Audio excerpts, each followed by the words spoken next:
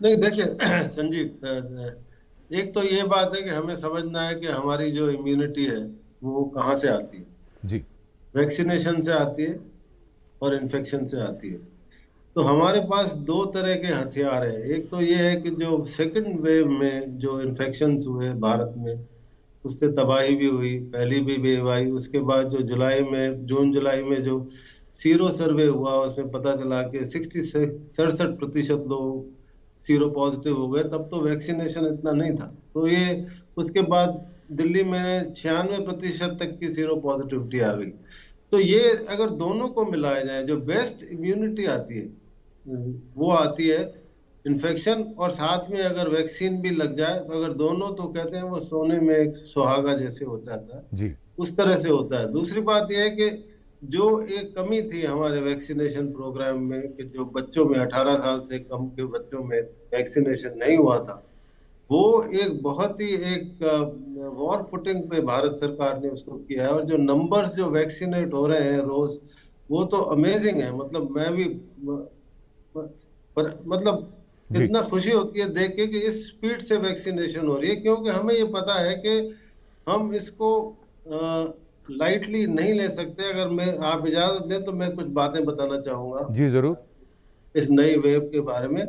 क्योंकि सारी दुनिया सोच रही है कि ये हल्के से ले रहे हैं, जैसे आपने बहुत अच्छी तरह से शुरू में समझाया है कि इसको हल्के से ना लें। तो जो इसका जो वैज्ञानिक प्रमाण आया है वो आया है साउथ अफ्रीका से। हमें सब पता है कि साउथ अफ्रीका से सबसे पहले रिपोर्ट हुआ था और 24 नवंबर को डब्ल्यूएचओ ने इसको वेरिएंट ऑफ कंसर्न कहा था। और वहीं से करीब एक हफ्ता पहले journal of American medical association में एक वैज्ञानिक प्रमाण आया, एक साइंटिफिक स्टडी आई, जिसमें ये पता चला कि जो इमरजेंसी में जो पेशेंट्स आए, जो एडमिट हुए, वो जो नई वेव में जो है ना 43% लोग एडमिट हुए, जबकि पुरानी वेव में 69% एडमिट हुए थे। जी। उसके अलावा जो रेस्पिरेटरी फेलियर था वो 91% पहले था, वहां से 31 हो गया, कम हो गया। उसके अलावा जो ऑक्सीजन की रिक्वायरमेंट थी, जो कि 74% केसेस में थी, वो 17% हो गई। और जो डेथ रेट जो 19 से 29% थी, वो घट के 2.7% हो गई। तो ये एक वैज्ञानिक हमारे पास प्रमाण आ गया। अब इसको हम एक्स्ट्रापोलेट करें अगर इंडिया के उससे, तो इंडिया की पॉपुलेशन तो बहुत ज्यादा है, जी। नंबर्स बहुत ज्यादा है। ऐसा नहीं है कि पेशेंट एडमिट नहीं हो रहे हैं, जैसे जैसे जो डिनोमिनेटर बहुत बड़ा है। अभी की खबर है कि दिल्ली में 20,000 केस हो गए, बॉम्बे में भी, मुंबई में भी 20,000 केस हो गए हैं। तो उसी प्रपोर्शन में अगर डेथ रेट को 2.7%, 1%, 0.1% भी हम मानते हैं, तो ये कोई कम नहीं होने वाली। इसलिए जरूरी है कि इसको समझा जाए। हमारी बहुत बड़ी पॉपुलेशन है जो ससेप्टेबल है। और उस समय जो है साउथ अफ्रीका में वैक्सीनेशन 24% था। अब हमारे यहाँ की जो वैक्सीनेशन जो एडल्ट्स में, अब 90% लोगों को एक वैक्सीनेशन लग चुका है। तो there are good point, there are bad points. The good points are that 90% वयस्कों को एक डोज लग चुकी है, वैक्सीनेशन हमारा बहुत अच्छा है, सीरो पॉजिटिविटी बहुत अच्छी है।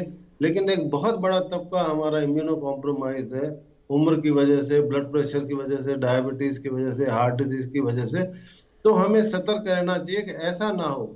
और ऊपर से एक और चीज जो हुई है, जो हेल्थ केयर वर्कर्स हैं, उस बहुत बड़ा प्रोपोर्शन है जो बीमार हो गया है कोविड की वजह से। तो ऐसा ना हो कि हमारा जो हेल्थ केयर सिस्टम है वो ओवरवेल्म हो जाए। इसलिए जरूरी है कि हमें सब प्रिकॉशंस जो है ना जी। ट्रांसमिशन की लेनी चाहिए। इस पे डिपेंड नहीं करना चाहिए कि ये तो हल्की फुल्की बीमारी है, इसको रहने दो, कुछ नहीं जी। होता। धन्यवाद। इस नंबर पर फ़ोन करें। और डॉक्टर खिलानी, हम आपके पास आना चाहेंगे। आज की तारीख में जैसा कि हम देखते हैं, बहुत से घरों में किसी को ज़ुकाम हुआ, बुखार हुआ, और उसके बाद घर में और लोगों को भी ज़ुकाम और बुखार हो रहा है।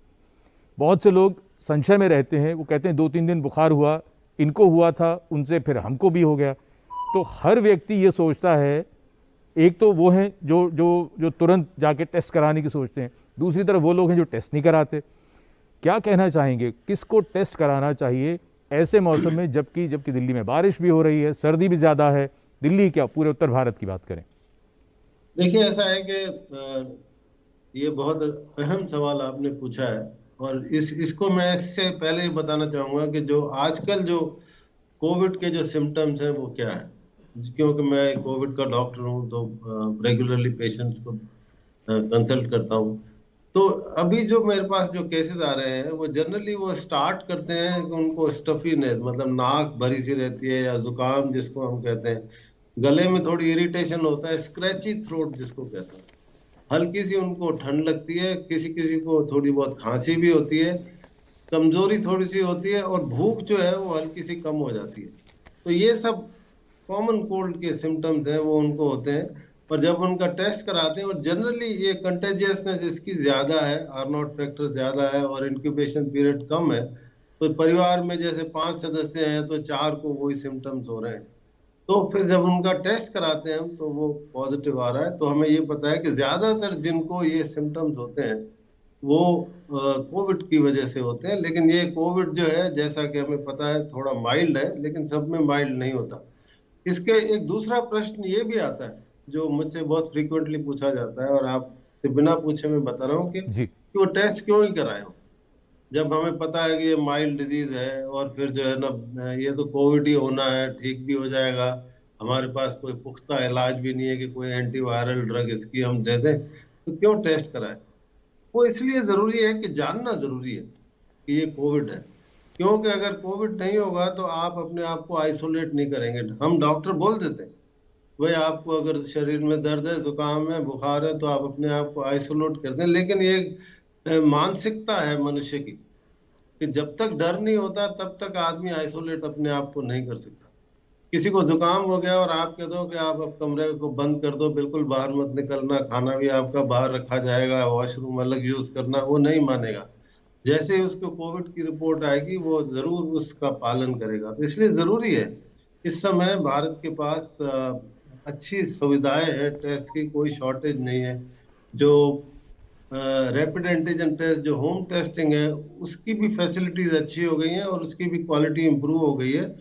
तो जरूरी है कि इसका, लेकिन ऐसा जी। नहीं है कि, जैसे कि बताया डॉक्टर सुरजीत ने बहुत अच्छा डेटा बताया कि 15 से 20% चांस है कि ये ओमिक्रॉन ना हो, कि डेल्टा हो, और डेल्टा में भी सबको सीरियस इलनेस नहीं होती। लेकिन ऑब्जर्व करना बहुत जरूरी है। अगर आपको कोविड होगा तो आप जरूर ऑक्सीजन अपना चेक करेंगे, तीसरे चौथे दिन हम उनका सीआरपी सीबीसी वगैरह सब कराएंगे जानने के लिए। और ऐसा नहीं है, पेशेंट्स एडमिट हो रहे हैं, उनके सीटी स्कैन में चेंजेस भी आ रहे हैं, लेकिन उनको पहचानने का इस समय हमारे पास तरीका यही है कि सबका हम टेस्ट कराएं। क्योंकि अभी हमारे पास आरटीपीसीआर कोई स्पेसिफिक टेस्ट नहीं है जो डिस्क्रिमिनेट कर सके जी। कि ये ओमिक्रॉन ठीक। है या ओमिक्रॉन नहीं है। उसके उस पे शोध चल रहा है, डॉक्टर सुरजीत सिंह उसको बता सकते हैं। जी। लेकिन हमें ये करना है कि अगर हमें ये सिम्टम्स होते हैं तो अवश्य इसको टेस्ट कराएं और उसका डायग्नोस करें, उसके बाद ही हम प्रिवेंटिव एक्शन ले सकते डॉक्टर हैं। खिलानी, बहुत छोटा सा मैं आपका रिएक्शन चाहूँगा। हमारे एक दर्शक इंतज़ार कर रहे हैं, वो फ़ोन लाइन पर हैं, और वो ये, जब आपने लक्षणों की बात की, 2 लक्षण मैं आपसे सवाल पूछ रहा हूँ, तो आप ज़रा ये भी स्पष्ट कर दें दर्शकों के लिए, तो लक्षणों की बात यहीं पूरी हो जाती है। आपने नाक बंद होना कहा था, कई लोगों की नाक बहती है, तो क्या नाक बहना भी ओमिक्रॉन का लक्षण हो सकता है? जी जी, हाँ, बिल्कुल सही बात है। नाक मतलब जुकाम में नाक बंद भी होती है, स्टफीनेस भी होती है, बहती भी है। लेकिन इसी के कंटिन्यूएशन में मैं बताना चाहता हूँ कि जो लॉस ऑफ स्मेल और टेस्ट, जो कि एक वो बहुत मेरा अगला ज्यादा सवाल था। जी जी। सिम्टम था, जी। वो वो हम नहीं देख रहे हैं इस समय। जो है ना, हम, मेरे जो पेशेंट्स होते हैं उसमें मुझे तो नहीं पता होता कि ओमिक्रॉन है या नहीं है, लेकिन जितने भी पेशेंट मैंने देखे हैं वो 100 से भी ज्यादा है, किसी का भी स्मेल या नहीं गया। उससे एक एग्जाम्पलीफाई करें, ठीक है। इसका मतलब कि ब्रेन इन्वॉल्वमेंट कम है ओमिक्रॉन के साथ, क्योंकि जो लॉस ऑफ स्मेल और टेस्ट होता है वो न्यूरोलॉजिक इन्वॉल्वमेंट से होता है। ठीक। तो एक अच्छी बात है कि जो ब्रेन फॉग और ब्रेन के जो सिम्टम्स होते थे वो इसमें कम होते हैं या नहीं होते हैं, ये ठीक। बहुत अच्छी बात है। और मैं उम्मीद करता हूँ, ठीक है। क्योंकि इसका शॉर्ट लिव डिजीज है, जी। तो लॉन्ग कोविड भी नहीं होगा। Thank you. कुछ और? जो आरटीपीसीआर टेस्ट होता है ना, उसकी सेंसिटिविटी, अगर अगर 100 लोगों को होता है तो उसकी सेंसिटिविटी 80%, 70%, 90% इस तरह से होती है। तो फॉल्स नेगेटिव होने के हमेशा चांसेस होते हैं। तो मेरी ये सलाह रहेगी, मेरे को आपकी उम्र का पता नहीं है, तो आपकी वाइफ को भी ये सिम्टम्स हो गए हैं तो आप उनका भी एक बार टेस्ट करा सकते हैं। अगर उनका पॉजिटिव है तो ये मान के चले कि आप भी अपने आप को पॉजिटिव समझें। ये जो रैपिड एंटीजन टेस्ट होता है, जो होम टेस्ट होता है, ये 50-60% पॉजिटिव होता है। आरटीपीसीआर 70-80% पॉजिटिव होता है। अब टेक्निक इम्प्रूव होती जा रही है, लेकिन जो नेगेटिव होता है वो एब्सोल्यूट नहीं होता। अगर मेरा ये पर्सनल मामला है कि अगर आप और आपकी वाइफ दोनों नेगेटिव है, two negative will become 100%, close to 100% negative, तब आप बिल्कुल निश्चित हो जाए। Thank you. डॉक्टर खिलानी, एक और छोटा सा सवाल, जब आप टेस्टिंग किट्स की बात कर रहे हैं, इस समय बहुत से लोग घर पर किट ले जाकर खुद टेस्ट कर रहे हैं, जो जो होम टेस्टिंग किट जो मिल रही हैं रैपिड एंटीजन टेस्ट की, कितना ये अच्छा तरीका है? क्योंकि बहुत से लोग ये समझते हैं कि हम कहीं जाएंगे, क्यों अपने आप को एक्सपोज करें, और हम इस तरह से टेस्ट कर लें। लेकिन अब आप ये कह रहे हैं कि रैपिड एंटीजन टेस्ट में 50% जो है वो उसमें एक्यूरेसी की बात है, तो फिर तो एक व्यक्ति ने टेस्ट किया, वो क्या समझे? क्या जो डॉक्टर सुजीत सिंह कह रहे थे कि फिर आपको 3 दिन या 5 दिन के बाद दोबारा आपको टेस्ट कराना चाहिए फिर तो?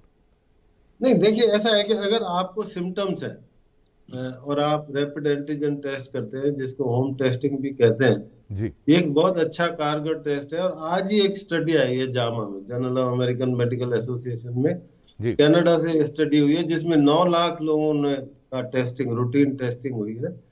उसकी जो फॉल्स पॉजिटिविटी है, जी, डर तो ये रहता है ना कि वो पॉजिटिव आ गया है, वो ट्रू फॉल्स पॉजिटिव वाज 0.015%। मतलब अगर रैपिड एंटीजन टेस्ट या होम टेस्टिंग में अगर नेगेटिव आता है तो पॉसिबिलिटी है 40-50-30-40% पॉसिबिलिटी है कि वो फॉल्सली नेगेटिव है और एक्चुअली आपको कोरोना है। लेकिन अगर वो पॉजिटिव आ जाता है तो आप ये मान के चलो कि कि आप आपको पॉजिटिव हैं, 100%, हाँ हाँ, पॉजिटिव है। तो इसलिए ये अच्छा टेस्ट अच्छा है, टेस्ट है। ओके, इसको यूटिलाइज करना चाहिए। और दूसरा मैं कहूँ, सपोज फॉर एग्जांपल 3 लोगों को बुखार हो रहा है और तीनों लोग नेगेटिव आते हैं, तो 3 नेगेटिव को मैं कहूंगा कि वो उस पर विश्वास कर सकते हैं, क्योंकि वो मैथमेटिक्स की बात करें, स्टैटिस्टिक्स की बात करें, तो काफी, I will be very assured कि इनको कोरोना नहीं है। ठीक है। धन्यवाद। डॉक्टर खिलानी, हम यही सवाल आपसे अब पूछना चाहते थे। एक तो पहली बात तो ये कि जो जो भी पॉजिटिव आ जाता है तो, और लक्षण साधारण से हैं, सामान्य हैं, बहुत गंभीर नहीं हैं, तो होम क्वारंटीन में क्या ख्याल रखना है, एक बात, और कौन कौन सी दवाइयाँ वो बिना डॉक्टर की सलाह के कुछ ले सकते हैं, या कोई भी दवाई जो लेनी है वो सिर्फ और सिर्फ डॉक्टर की सलाह के साथ लेनी है? देखिए ऐसा है कि जो पहले जो कोविड का जो आइसोलेशन, उसको क्वारंटाइन नहीं कहते हैं, आइसोलेशन कहते हैं। जी, जब बीमारी हो जाती है तो उसको आइसोलेशन कहते हैं। जब ठीक, बीमारी नहीं होती है, जब आदमी इंक्यूबेशन पीरियड में सतर्क रहना चाहता है, उसको क्वारंटाइन कहते हैं। तो जहां तक आइसोलेशन का सवाल है, पहले हम कहते थे 10 से 14 दिन, जो जी, अल्फा बीटा और डेल्टा के टाइम पर। लेकिन जो ओमिक्रॉन की जो नेचुरल हिस्ट्री है वो छोटी है। तो जो सीडीसी ने जो बोला है, जो जी, central of disease control Atlanta ने बोला है, जी, कि 5 दिन तक आप आइसोलेशन में रहें, उसके बाद मास्क लगा के आप कोविड अप्रोप्रिएट बिहेवियर करें। जो सरकार ने बोला है, हमारी भारत सरकार ने बोला है कि 7 दिन का आइसोलेशन जरूरी है। मतलब जिस दिन से आपको सिम्टम शुरू होते हैं उसके बाद 7 दिन तक आप आइसोलेट करें। उसके बाद अगर आपको पिछले 3 दिनों में बुखार नहीं है, जी, सिवियर सिम्टम्स नहीं है, तो फिर उसके बाद आप बाहर मास्क लगा के और आप अपना नॉर्मल एक्टिविटी कर सकते हैं। आपको फिर से रीटेस्टिंग की जरूरत नहीं है। और ये सब एप्लीकेबल तब है जब आपको माइल्ड डिजीज है और आपको 3 दिन के लिए आप बिना बुखार के, बिना सिम्टम्स के है। तो जो 14 दिन की जगह अब आइसोलेशन का समय 5 या 7 दिन का हो जी। गया। दवाइयों का सवाल जो हम आपसे जानना चाह रहे थे, दवाइयाँ कौन सी ले सकते हैं होम हाँ आइसोलेशन में? सॉरी, हाँ, तो दवाइयाँ जो जैसे पैरासीटामोल कहते हैं जिसको बुखार की दवाई होती है, या जुकाम की दवाई जो फेक्सोफेनेटिन दवाई होती है, जो जुकाम की, कॉमन कोल्ड की जो ओवर द काउंटर दवाइयाँ होती हैं, वो आप ले सकते हैं। लेकिन जिसको बुखार हो वो मेहरबानी करके दुकान पे ना जाए, वो मंगा के किसी तरह से ले। बाकी वो डॉक्टर की सलाह से लेना चाहिए, और बहुत सारी प्रोग्रेस इसमें हो रही है जो अगर आप कहेंगे तो हम डिस्कस कर सकते हैं। बहुत ज्यादा अब हमने देखा कि हाइड्रोक्सीक्लोरोक्विन आके चली गई, आइवरमेक्टिन आके चली गई, एजिथ्रोमाइसिन का कोई फायदा नहीं हुआ, डॉक्सीसाइक्लिन का फायदा नहीं हुआ, फेविपिराविर का भी कोई फायदा नहीं हुआ। लेकिन अब कुछ दवाइयां आ गई हैं जो मोनुलपिराविर और पैक्सलोविड और कॉकटेल एंटीबॉडीज, उनका कुछ फायदा दिख रहा है हमें कि वो बीमारी प्रिवेंट नहीं करती लेकिन बीमारी की सिवियरिटी को प्रिवेंट करती हैं। उन दवाइयों पे थोड़ी थोड़ी स्टडीज आ गई है। मेरे ख्याल भविष्य में हम लोग बहुत ज्यादा हमारा आर्मामेंटेरियम अच्छा हो जाएगा कि जैसे ही किसी को कोविड हुआ तो फट से उसका इलाज करें, तो एटलीस्ट हम सिवियरिटी ऑफ डिजीज को कम करके मौत की दर को 0 तक ला पाए। ये तो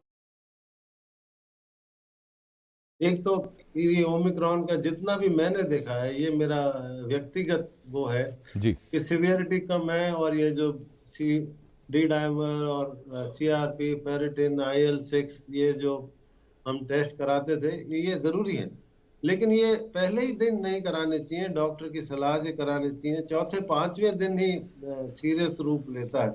जैसे कि मैंने कहा है कि हमें ये बिल्कुल नहीं करना कि जैसे कोविड हुआ तो ये ओमिक्रॉन ही है। कोविड कोविड और Omicron are not synonymous today.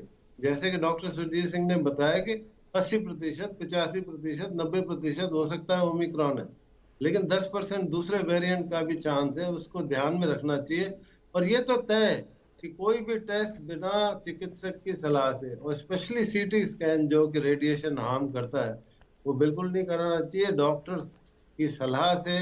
और डॉक्टर सब वेल इन्फॉर्म्ड है आजकल, तो उनसे ऑनलाइन कंसल्ट करके, टेलीफोन पे संपर्क करके, किसी तरह से करके उनकी सलाह से ही टेस्ट करना चाहिए। और बुखार और जुकाम की दवाई और खांसी का शरबत के अलावा और कोई दवाई या एंटीबायोटिक बगैर बिल्कुल सलाह नहीं लेनी चाहिए। जी। डॉक्टर खिलनानी, 2 शब्दों में क्या कहना चाहेंगे आप? नहीं, देखिए, हताश होने की जरूरत नहीं है, मायूस होने की जरूरत नहीं है। उसकी वजह यह है कि जो हमारा वैक्सीनेशन रेट है वो बहुत अच्छा है, और जल्दी मेरे ख्याल पूरा भारत वैक्सीनेट हो जाएगा, स्कूल के बच्चे भी वैक्सीनेट हो जाएंगे। ठीक है। हमें चिंता क्या है? चिंता तो यही है कि सीरियसनेस नहीं होनी चाहिए, वैक्सीनेशन उसको बचाएगा। और मैं सोचता हूँ कि अगले 2-3 महीने बाद जी एक नॉर्मल लाइफ हम जी पाएंगे। ठीक।